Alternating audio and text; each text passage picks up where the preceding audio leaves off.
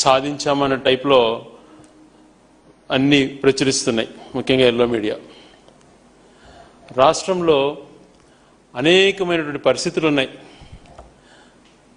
మన చట్టసభలు జరిగినటువంటి 4 రోజుల్లో వైఎస్ఆర్ కాంగ్రెస్ పార్టీ డిఎస్సి పైన విచారణ జరగాలి, సక్రమైనటువంటి దాంట్లో నడిపి ఆ జరిగినటువంటి ప్రక్రియలో చాలా లోగుసులు తప్పులున్నాయి, దానిపైన సిబిఐ ఎంక్వైరీ వేయండి అని చెప్పి 4 రోజులు వాళ్ళు గొంతు చించుకున్నా దాని నుంచి సమాధానం రాలేదు.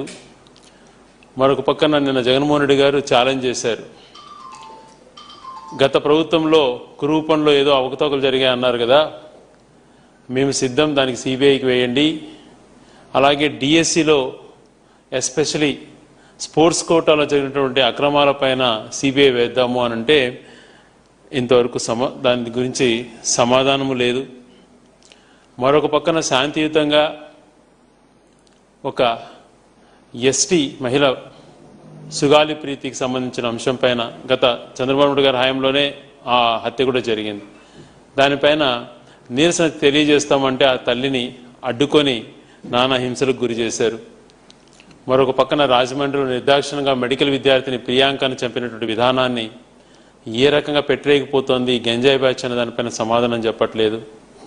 మరొక పక్కన అదే రకంగా ఒక పోలీస్ ఇన్స్పెక్టర్ ఒక వెహికల్లో గంజాయి రెడ్ హ్యాండెడ్గా దొరికి ఆ గంజాయి పట్టుబడ్డంతో దాని విన్యాసాలు రకరకాల డైవర్షన్ టాపిక్ చేసినా కూడా తప్పు జరిగిందనేటువంటిది అందరికీ తెలిసిపోయింది, ప్రజలకు తెలిసిపోయింది అన్నటువంటి ఉద్దేశము. పోలీస్ వ్యవస్థని ఏ రకంగా దిగజార్చారు అన్నటువంటి సమయంలో చర్చ జరుగుతున్నటువంటి సమయంలో మరొక పక్కన ఒక అధికార పార్టీకి సంబంధించిన పార్లమెంట్ సభ్యుడు కొడుకు హిట్ అండ్ రన్ ఒక పాపాన్ని నిర్దాక్షిణంగా రెక్లెస్ డ్రైవింగ్తో ఎలా చంపిందో మనం చంపేసాడో చూసాం. ఇవన్నీ ఒక ఎత్తు ఉంటే రాష్ట్రంలో ఎక్కడ చూసినా ఈ గంజాయి అరాచకాలు జరుగుతున్నా, వాళ్ళ సిట్టింగ్ ఎంపీ పట్టుబడినటువంటి చరిత్ర ఉన్నా, రాష్ట్రంలో యువత ఇంత తప్పుదోవ బట్టి సర్వనాశనం అవుతున్నా దాని గురించి కనీసం మాట్లాడకుండా ఇవన్నీ టాపిక్స్ పైన ప్రజల్లో చర్చ జరుగుతుంది అనేటువంటి ఉద్దేశంతో ఒక డైవర్షన్గా ఇది ఒకటి తీసుకొచ్చారు. గతంలో సూటిగా ప్రశ్నించినాం, ఇప్పుడు సూటిగా ప్రశ్నిస్తున్నాం. పదే పదే గొడ్డలి పార్టీ వివేకానంద రెడ్డి గారి హత్య గురించి మాట్లాడుతున్నటువంటి తెలుగుదేశం నాయకులకు సవాల్ విసురుతున్నాం. ఎన్నోసార్లు చెప్పాం మేము, వివేకానంద రెడ్డి గారిని హత్య కాబట్టింది చంద్రబాబు నాయుడు గారు ముఖ్యమంత్రిగా ఉన్నప్పుడు. అనేకమైన సిట్టు విచారణ జరిపింది, సిట్టు కాదని మళ్ళీ సిబిఐ విచారణ జరిపింది. సిబిఐ విచారణ జరిపి పూర్తి స్థాయిలో విచారణ అయిపోయింది, ఇంకా ట్రయల్ చేద్దాము అని అంటే ట్రయల్ జరగనీయకుండా ఎందుకు అడ్డుకుంటున్నారు? వివేకానంద రెడ్డి గారిని చంపినటువంటి గొడ్డలి ఎవరిది అని తేల్చేదానికి ఎందుకు భయపడుతున్నారు? ఇప్పుడు అధికారంలోకి వచ్చి 2.5 సంవత్సరం అయింది. గతంలో మీరు అధికారంలో ఉన్నప్పుడే వివేకానంద రెడ్డి గారు చనిపోయారు. దీనిపైన అత్యున్నత న్యాయస్థానమైనటువంటి సుప్రీంకోర్టు దగ్గర నుంచి ప్రతి ఒక్క కోర్టు కూడా ఏదైతే నిందితులంతా కూడా ఐడెంటిఫై కాబడ్డారు, వీటిపైన విచారణ జరిపి ఎవరిది ఆ గొడ్డలి తేల్చుదామనంటే ఆ విచారణ జరగనీయకుండా ఎందుకు అడ్డుకుంటున్నారు? నరికి చంపాను అని చెప్పిన వ్యక్తికి బెయిల్ ఇప్పించి అతనిని ఎందుకు కాపాడుతున్నారు? నరికి చంపాను అని చెప్పిన వ్యక్తికి అడ్వకేటు ఒకతనే, అధికార పార్టీకి సంబంధించినటువంటి అన్ని విచారణలకు హాజరయ్యేది అడ్వకేటే. చంద్రబాబు నాయుడు గారికి పూర్తి స్థాయిలో అన్ని రకాల కేసులలో దగ్గరుండి మద్దతు పలుకుతున్నటువంటిది అడ్వకేటే సిద్ధార్థ లూద్రా గారు. వివేకానంద రెడ్డి గారిని నరికి చంపిన అనేటువంటి వ్యక్తికి ఆయనే అడ్వకేటు. కోట్ల రూపంలో జీవోలు ఇచ్చి కోట్లాది రూపాయలు ఆంధ్రప్రదేశ్ ప్రజలు ట్యాక్స్ మనీని ఆ అడ్వకేట్కు పే చేస్తున్నటువంటిది కూడా ఈ ప్రభుత్వమే. వీటినన్నిటిని ఆలోచన చేస్తే ఏం జరుగుతుంది అని చెప్పి ఒక్కసారి రాష్ట్ర ప్రజలందరూ కూడా తెలుసుకుంటున్నారంట అంశంతో ఫర్దర్ దాని విచారణ జరగనీయకుండా ఏదో ఒక రూపేణ అడ్డుపడుతూ టైం డ్రాగ్ చేస్తున్నారు. ఆ విచారణ ట్రయల్ జరపండి.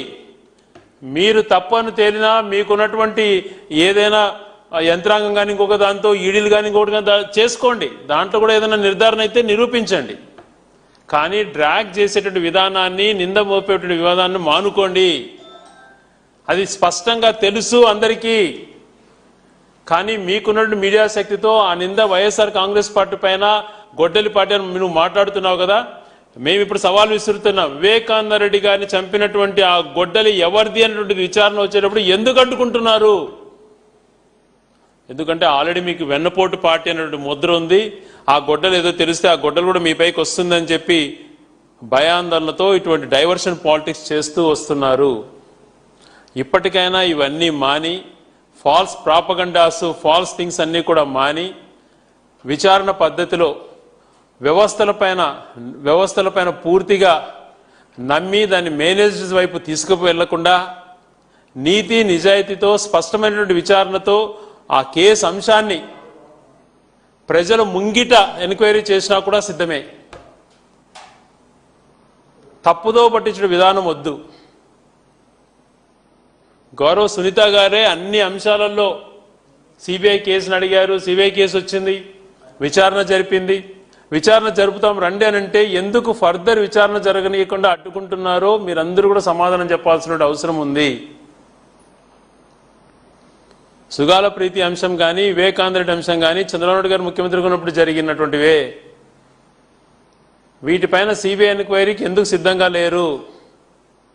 మళ్ళా కేస్ స్టడీ అని మాట్లాడుతున్నారు మీరు. ప్రతి ఒక్క మీటింగ్లో మీరు ఎలా చేశారో అటువంటి దానిపైన మీకు మనసుకు తెలుసు.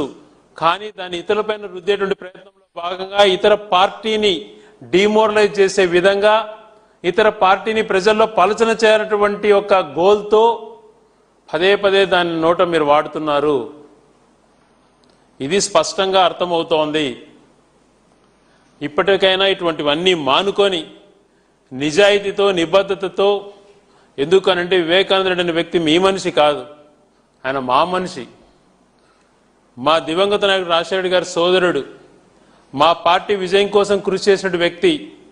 అటువంటి వ్యక్తి ఎమ్మెల్సీ ఎన్నిక కావడం కోసం ప్రజాస్వామ్య పద్ధతిలో మాకు మెజారిటీ ఉన్నా ఆ మెజారిటీ సభ్యులను దొంగగా లాక్కొని ఆ వివేకానంద రెడ్డి గారిని మానసికంగా వేధించి ఓడించినటువంటి వ్యక్తులు మీరు. తద్వారా ఆయన మరణాన్ని కారకులైనటువంటి మీరు తిరిగి ఆ నెపం మా పైన నెట్టేటువంటి ప్రయత్నం చేస్తున్నారు. సో ఇప్పటికైనా కూడా ఈరోజు అవి చదివేటటువంటి వాళ్ళు, తెలుసుకున్న వాళ్ళు నవ్వుకుంటారన్నటువంటి సిగ్గు కూడా లేకుండా మీ అందరికీ ఒకటే అడ్వకేట్ ఉండడము, ఇవంతా చూసినప్పుడు ఎంత దిగజారుతున్నారు మీరు. ప్రజాస్వామ్యంలో ప్రజల మనసు గెలిచి విజయం సాధించాలి, కానీ ఇలాంటి కుయుక్తులతో, నాటకాలతో మేనేజ్డ్గా చేసిన విధానం లాంగ్ రన్లో నిలబడదు. ప్రజాస్వామ్యంలో చాలా రోజులు ప్రజల మనసులో ఉండాలి అని అంటే నిజాయితీతో, నిబద్ధతతో ఉంటేనే సాధ్యపడుతుంది అని తెలియజేసుకుంటూ, ఫాల్స్ ప్రాపగండాలు, డ్రామా మాటలు మాని స్పష్టంగా ట్రయల్కు ఏదైతే ఇప్పుడు దాకా ఎవిడెన్సెస్తో సహా అన్ని సంపాదించి దాని ట్రయల్ జరగాలన్నటువంటిది కోర్టు భావిస్తుందో ఆ ట్రయల్కు సహకరించే విధంగా వివరించండి అని చెప్పి గట్టిగా డిమాండ్ చేస్తున్నాను.